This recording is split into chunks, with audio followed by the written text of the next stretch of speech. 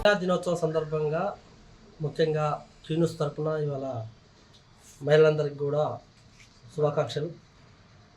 అసలు మహిళలు ఏ విధంగా అసలు ముందుకు వెళ్తున్నారో, అంటే స్వాతంత్రం వచ్చిన నుండి నేటి వరకు మహిళలకు అన్ని రంగాల్లో ముందుకెళ్తున్నారా లేదా తెలుసుకునేందుకు మనం ఇక్కడికి మేడం గారికి వచ్చాము. తెలంగాణ ఉద్యమకారుల జేఏసీ అధ్యక్షురాలు ఉన్నారు. మేడం నమస్తే. మేడం, అసలు ఈ స్వతంత్రం వచ్చే కాడ నుంచి మహిళలకు ఏ విధంగా ముందుకు వస్తున్నారు, అసలు ఏ విధంగా ఉంది మేడం? స్వతంత్రం ఇవాళ మార్చి మహిళా దినోత్సవం 8వ తారీఖు మహిళా దినోత్సవం అందరికీ శుభాకాంక్షలు తెలియజేస్తూ, ఎట్లాంటిది కూడా మహిళలకు న్యాయం జరగట్లేదు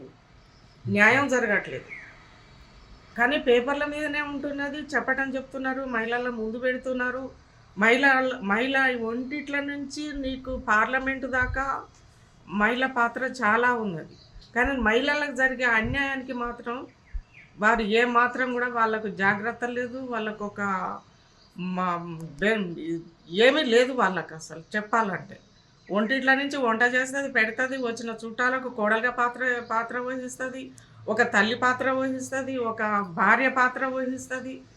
అయినా కూడా ఆనాటి నుంచి కూడా పౌరాణికంగా ఆధ్యాత్మికంగా మాట్లాడాలంటే ఆనాటి నుండి కూడా రామచంద్రుని రామాయణంలో సీతాదేవి నష్టపోయింది, ఇటు విష్ణుమూర్తికి కాలు ఒత్తుకుంటూ ఉంటుంది. కాదనలే, మా పాత్ర మేము వహిస్తాం, కాదని అనట్లేము, మా పాత్ర మేము వహిస్తాం, జాగ్రత్తగా ఉంటాం. కానీ ఇప్పుడు జరుగుతున్న వాటికి ఏం న్యాయం జరుగుతుంది అంటున్నాం. ఇప్పుడు ముఖ్యంగా ఏమంటారంటే రాజకీయ నాయకులు కావచ్చు, అధికారులు కావచ్చు, ఏమంటారంటే మహిళలకు అన్ని విధాలా కూడా మేము అవకాశాలు కల్పిస్తున్నాము, వాళ్ళకి ఎలాంటి ఇబ్బంది లేదు, ఏ ఇబ్బంది ఉన్నా కూడా ఖచ్చితంగా వాళ్ళకు ఎమ్మటి శిక్ష కాపాడుతుందని చెప్తున్నారు. దాన్ని ఏమైనా చూస్తున్నారు? దాన్ని శిక్ష లేదండి, ఎక్కడ శిక్ష జరుగుతుందండి?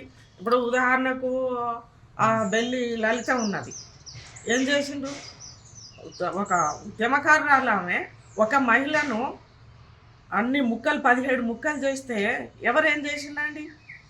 మొన్న ఒకటి జరిగింది, ఒక 70 ముక్కలు చేసి కుక్కర్లో ఉడకబెట్టి చేస్తే ఎవరు దానికి ఏమైనా స్పందించిందా? ఎవరన్నా ఎందుకు మహిళలను ముందు ఉంటావు, మహిళలు కావాలంటారు, మహిళలు ఉండాలంటారు, అన్నిట్లో మహిళల ముందు ఉండాలంటారు. మహిళలకు జరిగిన అన్యాయం ఏంది? రోడ్డు మీద కూడా వాళ్ళకు హత్యలు జరుగుతున్నాయి, మానభంగాలు జరుగుతున్నాయి, ఎన్నో ఉన్నాయి. చెప్తే చాలామంది ఉన్నారు మహిళలు. ఇప్పుడు ఏం న్యాయం జరిగిందండి? ఏం న్యాయం జరిగింది? రిజర్వేషన్ల గురించి చెప్తే రిజర్వేషన్లు కూడా ఖచ్చితంగా కల్పించాలనుకుంటున్నాం. అదే విధంగా రిజర్వేషన్లో తప్పనిసరి కావాలి. రిజర్వేషన్ కాకపోయినా మహిళకు ధైర్యం ఉండాలి, మహిళ ముందుకు రావాలి, మహిళలు ఐక్యతతోటి ఉండాలి.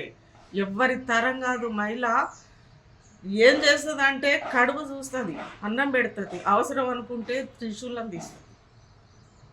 అది అంటే ముఖ్యంగా ఇప్పుడు మనం మహిళా దినోత్సవంలో చెప్పుకున్నానంటే కొంతమంది ఆర్థికంగా లేకున్నా, లేకపోతే వాళ్ళు ఎక్కడికో ఇది వాళ్ళు అత్యాచారాలు కూడా ఉన్నత స్థాయి చేస్తున్నారు. వాళ్ళందరికీ మీరు ఏం చెప్తున్నారు? వాళ్ళకు ధైర్యం అండి. మన మహిళలకు ఎవరు అవసరం లేదు, మహిళలకు ధైర్యం కావాలి. ఆనాడు అది సావిత్రి పూలేబాయి ఉన్నది, ఎంత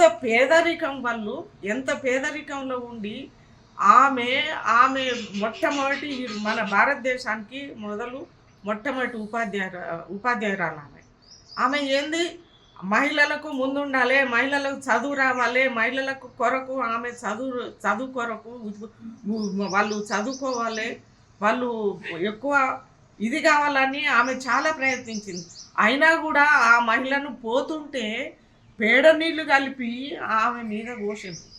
అయినా పోయేటప్పుడు ఒక చీర పెట్టుకొని వాళ్ళందరినీ మహిళలను ఆడపిల్లలను స్కూల్కు దోలియాలని చెప్పి అందరికి తిరిగి చెప్పి మళ్ళీ ఆ స్కూల్కి పోయి ఆ స్కూల్లో ఉండి వచ్చేటప్పుడు ఒక చీర తీసుకొని పోయి ఆ చీర తీసేసి ఆ చీర నుద్దుకొని ఈ చీర కప్పుకొని పోయింది. ఇప్పుడు ముఖ్యంగా చెప్పండి, మహిళలకు ప్రభుత్వం ఎలాంటి భద్రత కల్పించాలని కోరుకుంటున్నారు? అన్ని విధాల భద్రత కల్పించాలండి, అన్ని విధాలు కల్పించాలి.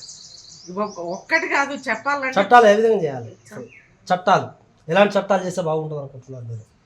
మహిళకండి రక్షణ కావాలి తక్షణమే. ఇప్పుడు ఆ రోడ్డు మీద అందరు చూస్తున్నాం కానీ ఆ అమ్మాయిని చేసింది కదా, ఆగం చేసింది కదా, దానికి వెంటనే మరణ శిక్ష విధించాలి. మేము కోరుకునేది అది. మహిళలకు ఎక్కడికి పోయినా రక్షణ ఉండాలి, ఆ చట్టం రావాలి. ఇప్పుడు ఉపయోగించుకుంటున్నారు, ఎలక్షన్లో ఇప్పుడు ఉపయోగించుకుంటారు, చేస్తారు, పార్లమెంట్ అంటారు, అసెంబ్లీ అంటారు, అక్కడ ఉంటారు, ఇక్కడ ఉంటారు. ఎక్కడ న్యాయం జరిగింది చెప్పమనండి, నేను వస్తా. ఎక్కడ న్యాయం జరుగుతుంది మహిళకు? న్యాయం లేదు. 100% మహిళకు న్యాయం లేదు. కాబట్టిగా మహిళలే ఐక్యత ఉండాలి, ముందుకు నడవాలి.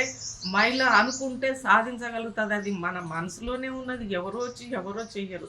నేను మహిళలకు చెప్పేది ఒకటే అండి, ఐక్యతతోటి, ధైర్యంతో మన చట్టాలేంది, మనమేంది, మనకు ఏ రకంగా న్యాయం జరగాలనేది ముందుకు పోవాలి మహిళలు.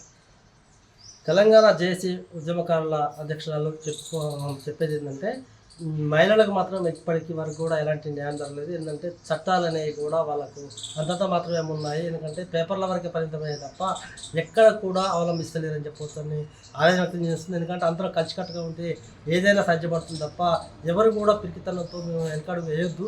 ఖచ్చితంగా మహిళలు మనం చూస్తున్నాము, ఒక్కొక్క మెట్టు ఎక్కి ఐఏఎస్ ఐపీఎస్ అయిన మహిళలు కూడా ఉన్నారు. ఖచ్చితంగా వాళ్ళని ఆచరణలో పెట్టుకొని అందరూ కూడా మహిళలు ముందుకు సాగాలి.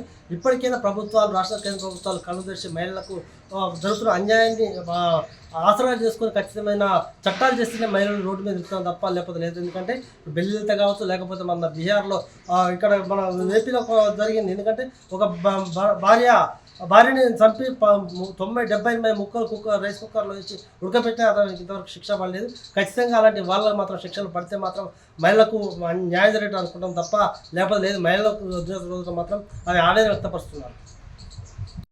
లేటెస్ట్ న్యూస్ తెలుగు మరియు ఇంగ్లీష్ అప్డేట్స్ కోసం ఇప్పుడే క్యూన్యూస్ అఫీషియల్ యాప్ని ప్లే స్టోర్ నుండి డౌన్లోడ్ చేసుకోండి. సరికొత్త సమాచారాల కోసం క్యూన్యూస్ వెబ్సైట్ని ఫాలో అవ్వండి. ఛానల్లో ప్రాంతీయ, జాతీయ, అంతర్జాతీయ వార్తలు వీక్షించండి.